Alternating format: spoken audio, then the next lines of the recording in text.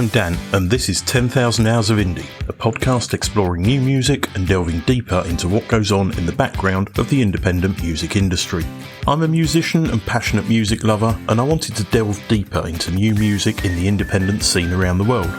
I also saw this as a chance to help artists connect and share their stories, so if there's someone you hear and you want to find out more about, every podcast has links in the show description.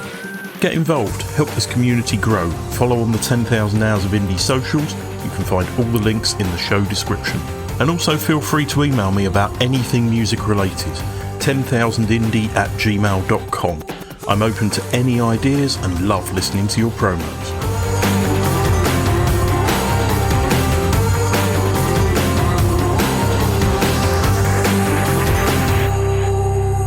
What can I say about Dodgy, a band that was very much one of the major players during Britpop and went platinum in the UK with their third album, Three Piece Suite.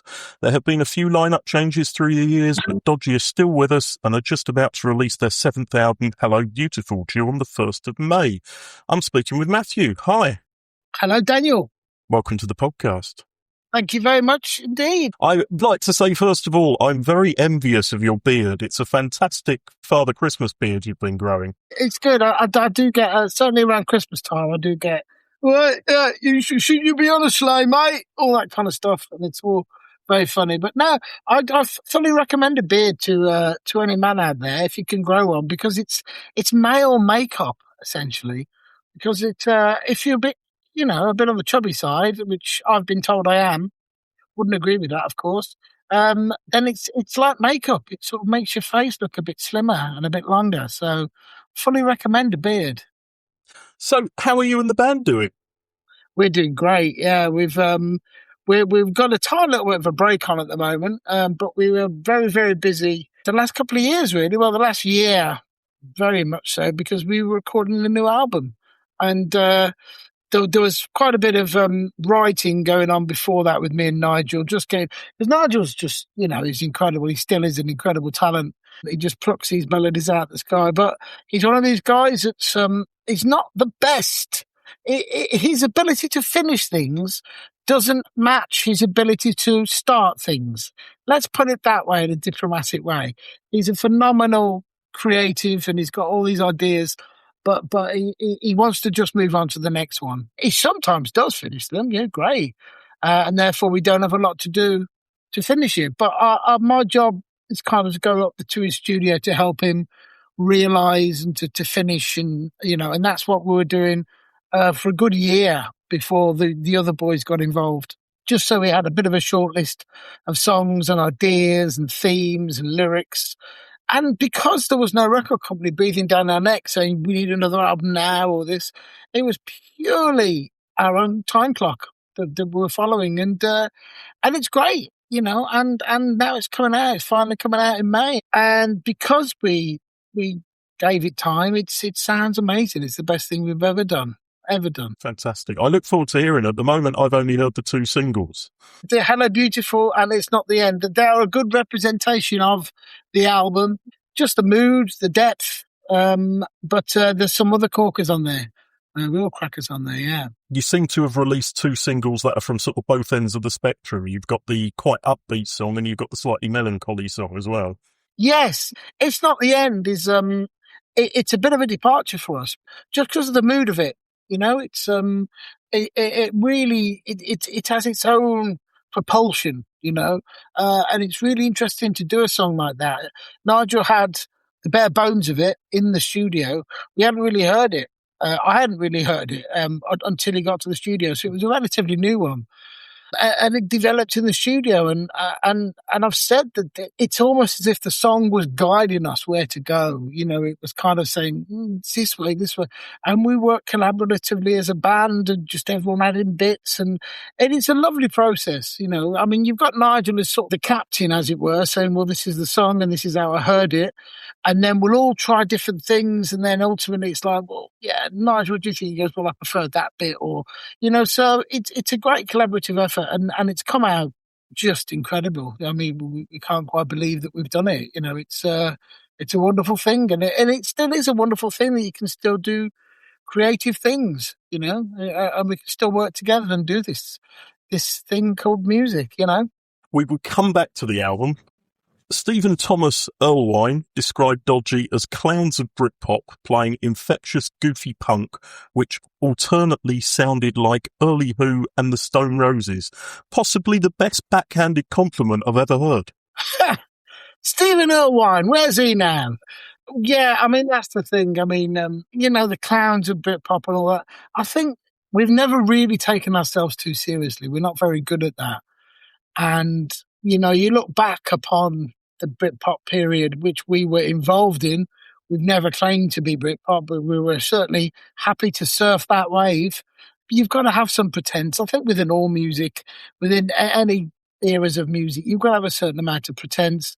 And we're not very good at that. You look about the bands that followed the first bit of Britpop, and you've got Radiohead and The Verve, and it's quite serious, and they take themselves seriously.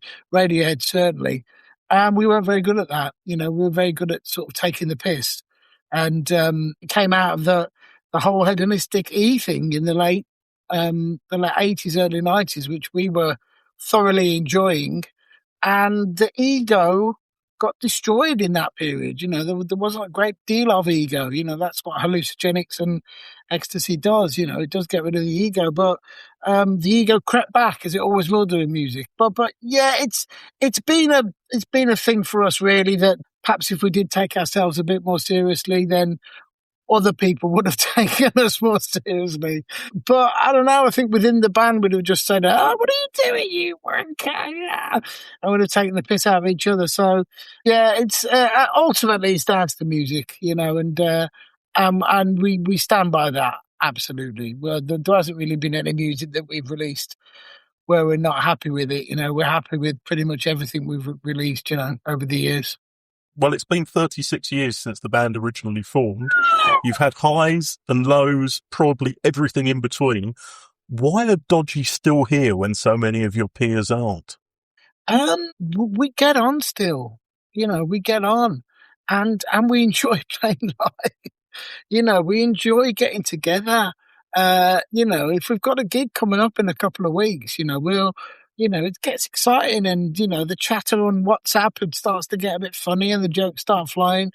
And we like spending time with each other. We like meeting up and playing music together, and it's fun, and we have a drink and we have a laugh, and we meet our audience, and we enjoy it, And I think that's ultimately it. It's we're doing lots of gigs, and then the idea of doing another album came about. We weren't necessarily planning it. Making albums nowadays is such a different thing to what it used to be. Back in the 90s, it was, the album was a cultural thing. It was an artifact, an artistic statement. But an album now doesn't carry the same weight. It doesn't mean as much in a society as it used to. It means to us because that's what we used to. But it's an album could get released and then drop without a trace. But we still cling on to the whole idea of doing albums. Because a collection of songs that hang together well, have a certain sound. And maybe a theme that runs throughout those songs. So we did the last album, and it was some great songs on there. And then it wasn't like, great, let's go and do another album. It was just like, okay, let's see what happens. And then, invariably it would be Nigel that said, fancy doing another album, And we're like, okay. He says, and I want it to sound like Dodgy, because Nigel experiments, he experiments with a lot of EDM. He's got a lot of electronics in his studio. And he messes around with that, and he can go for hours just looping things. And I thought that's what he's going to want to do, sort of something electronic. But she said, no, I want it to sound like Dodgy. Bass drums, guitar, keyboards, harmonies, horns, backing vocals, and we're like, wow, okay, brilliant, we're on, let's do it. And then the next album, if we do another album, it'll be organic like that. It'll be because, it's come around. There's no pressure on us to do it. Well, unless someone wants to give us £1 million and says, we want an album by the end of the year, we'll do that. That's the kind of pressure. We don't mind doing that. But when it's under our own steam, we tend to take our time, So back in 1998, Nigel, the band's singer and bass player, decided to leave the band. What goes through your mind when something like that happens? And How did you go about deciding to carry on and recruit? It was a horrible time. It wasn't great. We'd drifted apart. Me and him were always a really strong bond. We're the ones that moved down from Birmingham together. We'd allow things to get in the way of our relationship. Things quite legitimately were there. That Nigel got married and had 2 kids, and of course, I didn't understand how important that was going to be. I didn't have kids at the time. I didn't know, and so. And also, there was a structure in the band. Nigel wasn't getting on with our manager, whilst I was quite strong and had a quite good bond, and he was my friend. And so there was that, there was that friction there. And as I said, me and Nigel had allowed distance to come between us. And and Nigel thought, no, I want to go and do things by myself and do things, make my own decisions. And I understand, I understand that he had to go and do that. But what we should have done is just gone, okay, well, let's take 6 months off, because we've built it up to this level. Let's not destroy it. Let's just take 6 months off and let's see if it's still there when we come back. But you do that in hindsight, don't you? You don't do it at the time. You get your back goes up and you get angry and fucking lawyers get involved, and before you know it, you sat in a room surrounded by lawyers looking at each other going, what's going on? What have we done? So, there was bitterness, anger, we got that far and we'd done everything. Everything was really, really good going up to that level. So, so me and Andy sort of limped on a little bit. We got a new singer involved, but I mean, he was great. He was a good singer and he wrote some good songs. But it wasn't Dodgy.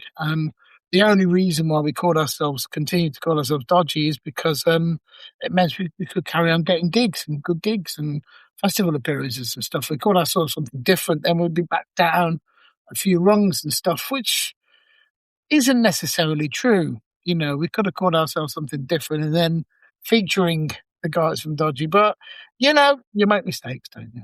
But, it's better now, It's better. We probably get on better now than we ever did.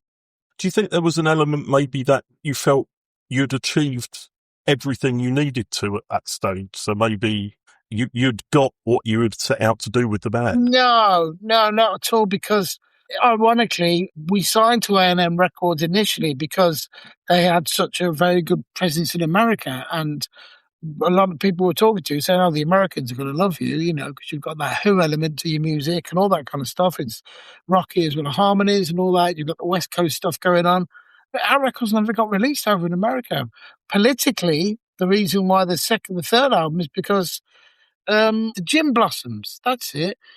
England A&M didn't release the Gin Blossoms for whatever reason. So in a spiteful teenage kind of way, the American A&M, well, we're not going to release Dodgy then. And there was a spat. And so we didn't get released in America because of some stupid record company spat. Even though loads of people were saying, you're going to get your stuff over here. And we're going, yeah, we know. And so we went through a protracted, legal wrangling to try to get our songs back from A&M because they didn't essentially do what they were supposed to do, which is to promote it worldwide. They didn't, so we managed to get our songs back and say, right, now we can release our songs on a different label in America, and then we split up. So no, there was more things to do. We were due to go and exploit our songs in America and then try to do stuff, and maybe the next album would have gone with an American label and we could have done something. But, who knows? I'm not regretting what didn't happen, I'm regretting what did happen, Let's move on to the release. The first single from the album, title track Hello Beautiful, was your first top 40 release in a long, long time. How much did that mean to you as a band? It was nice. It was nice to... we got like number 3 in the physical charts as well, which was. I mean, you don't have to sell as much or as you used to be able to back in the 90s, but it was nice. It was nice. It doesn't. I mean, back when you got a top 40, back when we were in the 90s, it meant the world, because everybody looked at the charts. It was the defining metric of music. Are you in the top 40? Because if you get top 40, you're able to get top of the pops. Are you on top of the pops? If you get top of the pops, then bang, And it was that kind of idea. And now it doesn't matter about it. It doesn't matter. I mean, it goes onto your press release. That's what it does. And then you look at the press release and go, oh, you got top 40. That's good. Music is not, I mean, I'm not saying this to Sam. It sounds quite depressing, but it's not. It's a realization that music is not as culturally important as it used to be, as an art form. It still means a hell of a lot to people, but I think it reached its peak, in the 90s, 60s, 70s, 80s, 90s, where you'd have spare pocket money, you go and buy an album, But with the advent of mobile technology and internet and certainly computer games, it's not now. People don't necessarily. Music is something in the background, that you get on Spotify and that kind of stuff. Just another thing to consume, whilst it used to be all consuming, So let's talk about the latest single, It's Not the End. You got the intro for this one. It starts with drums. Yeah. It's we haven't really. Nigel was very specific about how he wanted things to sound, because he didn't want cymbals. He said cymbals are taking up a big load of frequency in the song, and it's all right if you've got a big rock song and you have cymbals and stuff. Because I said, but with this one, we want it to be controlled. We want the mood to be very controlled on what we're doing. So if you put the cymbals in, it's not gonna. And so we're going together, and we did. So there's no cymbals in that track whatsoever, and it's about setting that pulse. It's about getting that vibe going, and it works. It really does work, and it's. I mean, the last track as well, "Hello Beautiful," was it's based. Both of these tracks, "It's Not the End" and "Hello Beautiful" were based around the lyric. Based around the lyric. Not "It's Not the End" is Nigel's lyric, and "Hello Beautiful" is my lyric. And once you've got a song with a really strong lyric that you're happy with, everything else will come out of that. Sometimes we'll do songs where we've only maybe just got a chorus, or or we're not quite sure what the song's about, and so the music will be. But when you've got real strong lyric that you know what it's about, the music molds itself around the lyric. Personally, I write lyrics first, so it always comes like that for me. But I've always been told I'm strange for doing that, and most people don't. It's whatever works, man. I mean, we do both. We do where Nigel will have like a little melody and a lyric that's not necessarily. We're not going to keep that lyric. We'll just keep it there for the melody, and then it ends up being there. Paul Simon was. I've seen a little clip of him talking about Graceland, which he says is his favourite ever song that he's written and recorded. And he had sort of general mood, and then he had that lyric, "I'm going to Graceland," and he kept saying to people, "Don't worry, I'm going to change that. That's not going to be the lyric. I'm just singing that because it's just going to." And he said, and the more he sang it, the more he go, "No, it's got it. That is the lyric. I'm going to Graceland." And I love how we talked about that. How that's how songs can suddenly, bang, and there it is, and you've got that song to you give birth to it. Incredible. The whole creative process still is. It's still an incredible thing. It really is. The cover art for the single is interesting. I can't actually describe it, to be honest. Is there a sort of story to the cover and who made that? My brother, he's done all the covers, Dodgy covers, right from the start. And he's a bit of a genius, really. He's a bit mad. He's had his ups and downs in life, and he's now lives over in Spain. He's here to Purple Patch, and he was doing a lot of computer animation and all that, and collage stuff. And we'd said, "Chris, this is some really good stuff. Can we adapt some of this for the sleeves?" And we kind of gave him a free rein a little bit, really, on how and where it should go. Obviously, we were pushing in certain directions. we like the idea of it being art by itself. You know, you've got the music, and then you've got this thing which you can look at, and there'll be kids out there going, "I can totally see why that's called Hello Beautiful," or "It's not the end." I can see that and they're making their own connections there. We've got our reasons; we can see certain things within it, but we'd quite like the abstract nature of it, you know, and you can look at it as just bam, that's a beautiful piece, that's a beautiful image, that's arresting, we like that. Or we can say, well, the reason why that's there is because of this but I found that if you start going down that route, well, the reason why that thing, people go, I didn't realize it. Oh, that's kind of ruined it for me. But you know what I mean? So it is always best to kind of let people see it. I mean, my mum was the worst. She looked at Hello Beautiful, the single sleeve, and go, well, what's beautiful about that, Matthew? And I was like, it's your other son. Have a word with him.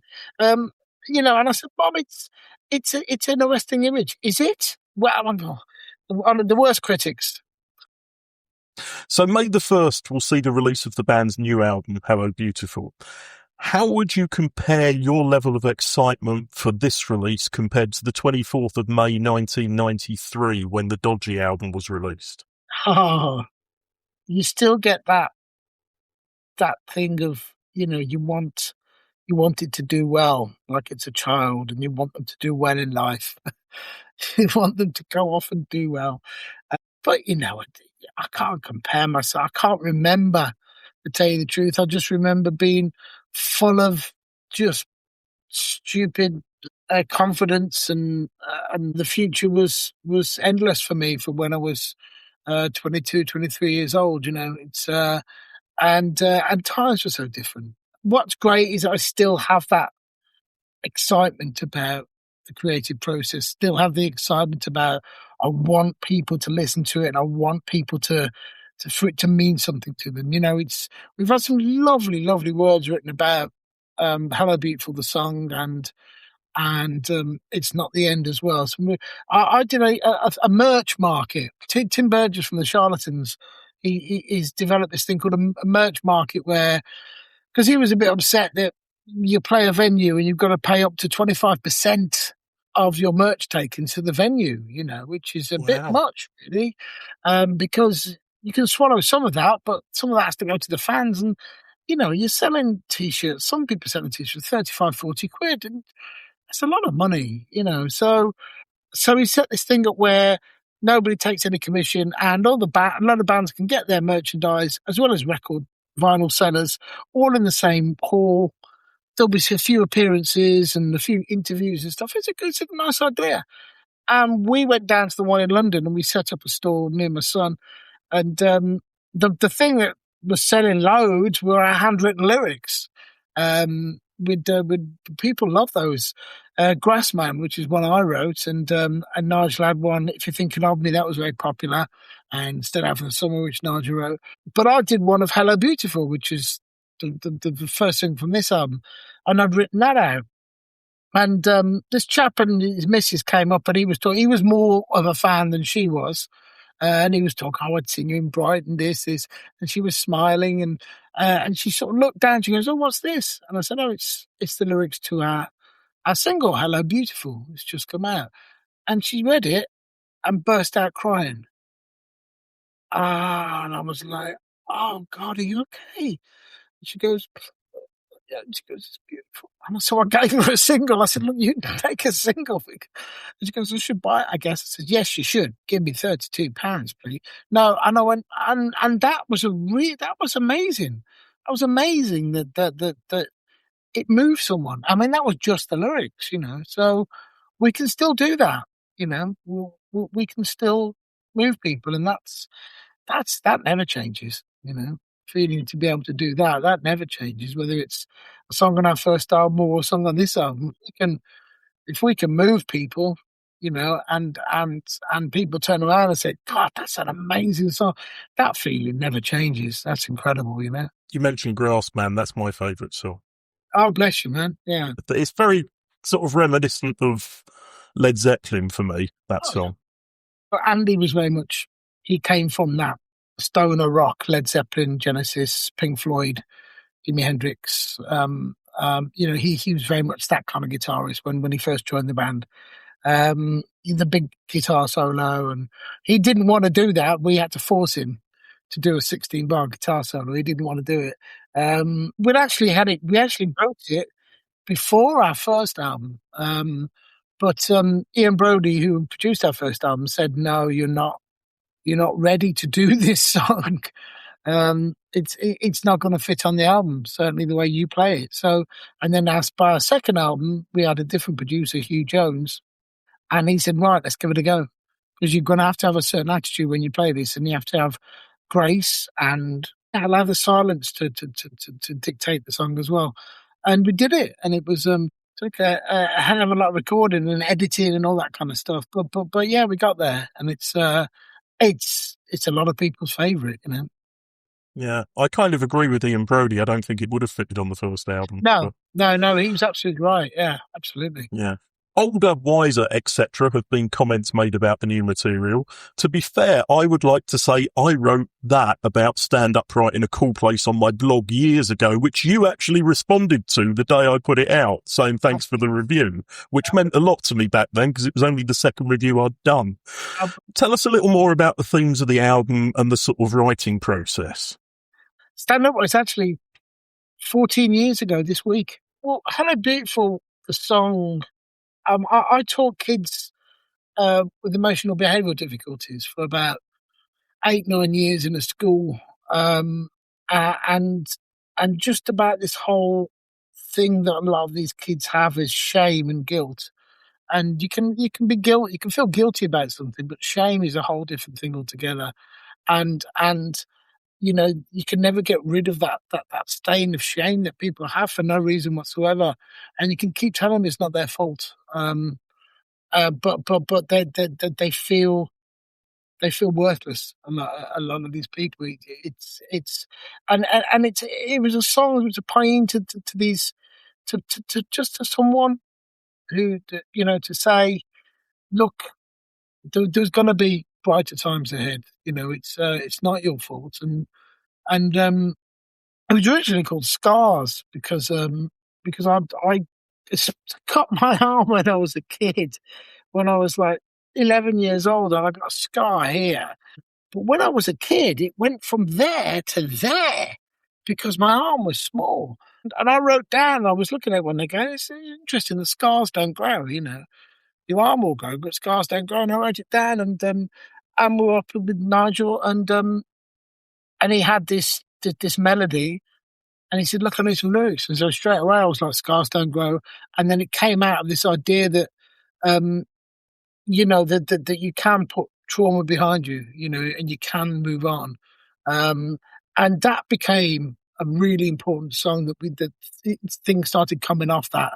And then that started giving confidence to the other songs as well. There's a great song on the album called Falling to Me that's inspired from that Nigel had a story. Jerry Garcia from the Grateful Dead.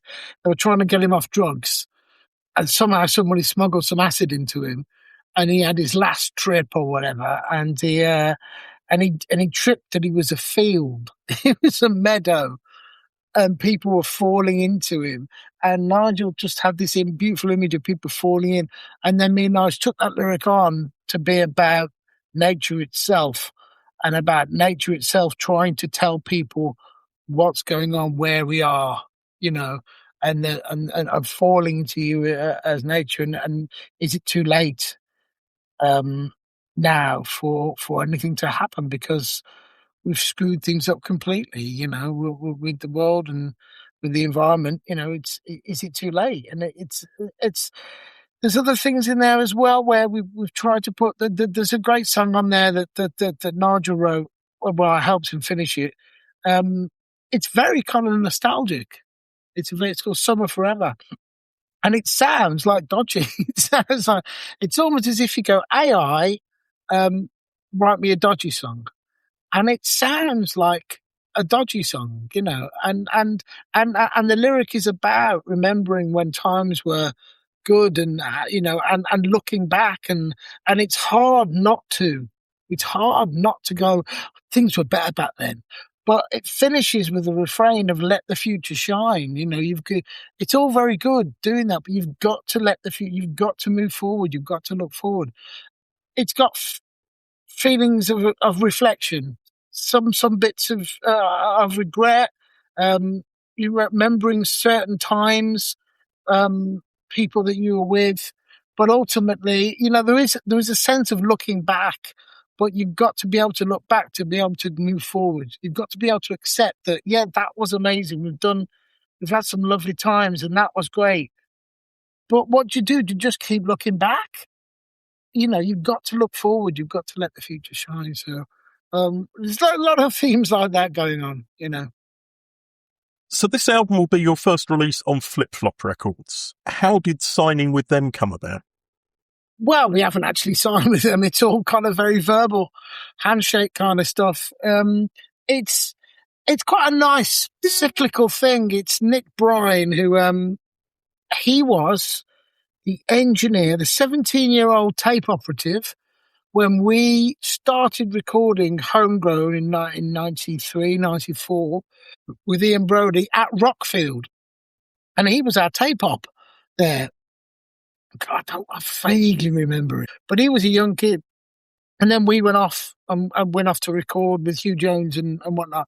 But he was there when the Stone Roses were there. So he engineered, he was an engineer with the Stone Roses, and then became Owen Morris's engineer and was the engineer on the first 3 Oasis records, and then went on to work with lots of other bands, the Darkness and Coldplay and blah, blah, blah, blah, and Kasabian and whatnot, engineering thing. But he's just done loads of different things. He's but he's a brilliant producer. We got on with him straight away. They just went up to Nigel at a gig and said, "Look, we've got this label," and there was no kind of, "Yeah, we've got to get it done this time," but you can use our studio in Wales. Nigel lives in Wales anyway, so it was all very kind of worked out nicely. They dangled the carrot that they had a studio in Spain, which we've yet to see. We've forged a really good working relationship with this Nick Bryan, who, as I said, he's quick, he gets it, he gets the band, he kind of sees what sounds we're trying to make. And so essentially it's him, he's the producer of the record. And he's got certain channels that the record can come out, and certain distributors and, certain people helping out.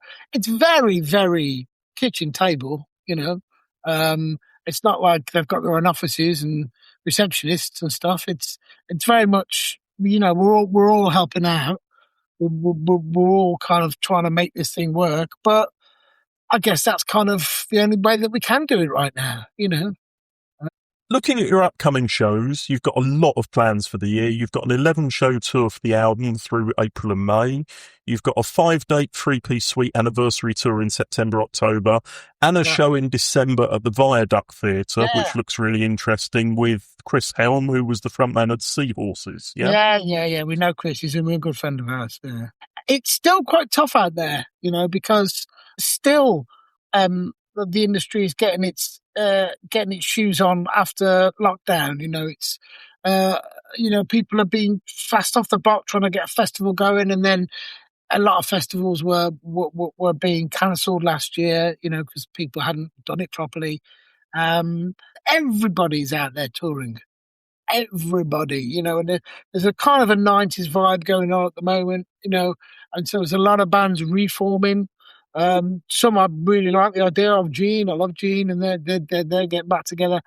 And there's only so much money that people have, And so, if it's up to us, we'd go out there all the time. We'd be touring the whole time and playing out there as much as we can. And we'd love to go abroad, but it's making it worthwhile. Can we can't, we're not going to lose money to go to Europe. We can't do that. And there's got to be a certain amount of money that we need to make and turn around England as well. Otherwise, it's just not worth doing. It's so. As I said, we'd love to do more, but it is what it is. You can't keep going back to the honey pot. Otherwise, there'll be no honey left. So the final question: what music are you listening to at the moment that people may not be aware of and should take some time to check out? This is the whole thing with music. You can hear a track and you think that's brilliant, and you find out it's from 1973, and then you find a new track and you go, "What's that? Well, it was just come out last week." It's music is just. I mean, geese are quite good, aren't they? They're quite interesting. The song I was really obsessed with was "The Deep Blue OK" by Self Esteem. I loved that. I really liked the way she did that with all the gang of girls around her. I really, really like that. There you go. Look, I've just put down onto my playlist Nirvana, but the old '60s Nirvana. It's like it really is Bobby Gentry. I'm listening to a lot of that at the moment as well. Oh, there's all sorts. There's all sorts. I listen to the radio a lot. I listen to the radio because I like to be surprised. And I like stuff coming up. But yeah, it's all sorts. It's all sorts. So, for anyone wishing to find out more about Dodgy, their website is dodgyology.com, and they're on Instagram, Facebook, a little bit on X and a little bit on Bandcamp, and a YouTube channel. Dodgy's 7th album, Hello Beautiful, is due out on the 1st of May via Flip Flop Records and will be available both physically on CD and vinyl, and with a t-shirt bundle via the website, and to stream via all streaming platforms. Matthew, thank you for being here, and I hope the album reaches the right ears, as it's, well, what I've heard so far is great. Bless you, mate. Thank you very much.